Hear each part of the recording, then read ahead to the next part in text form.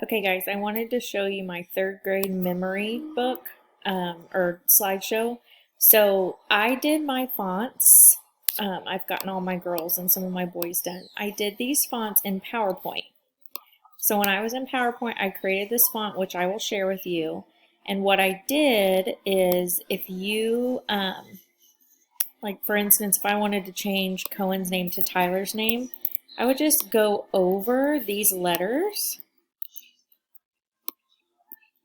and type his name. But whenever I got here to where I wanted different colors, you go over here to text options, solid fill, and then I would change it to a different color. So I would do orange, and then I might change this color to, let's see, red again, since that's the beginning.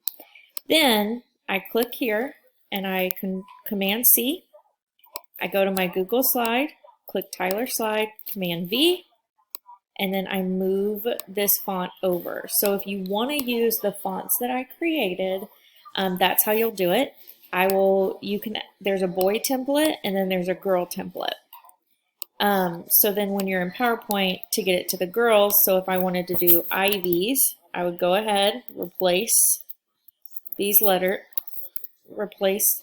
Tyler's letters with her, and then you highlight, text options, solid fill, and then I would change it to purple. Might go ahead and change this to pink.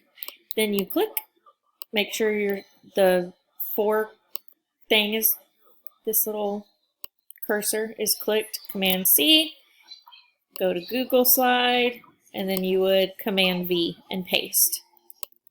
So like this.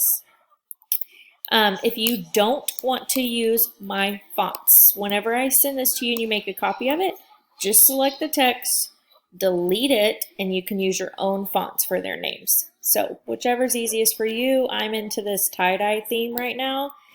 So this is going to be my cover page, and then I'll have, and I'll probably just put third grade memories, 2019, 2020, so you can have this slide of your own.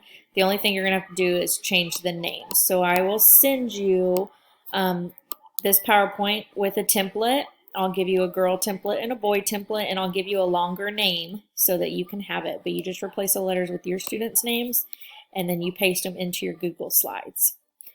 So that's how you're gonna do their names, and then I will decorate the rest for us for our end of the year memories. And remember, you don't have to use this. Once you make a copy of mine, you can delete and use whatever font you want. Let me know if you need help.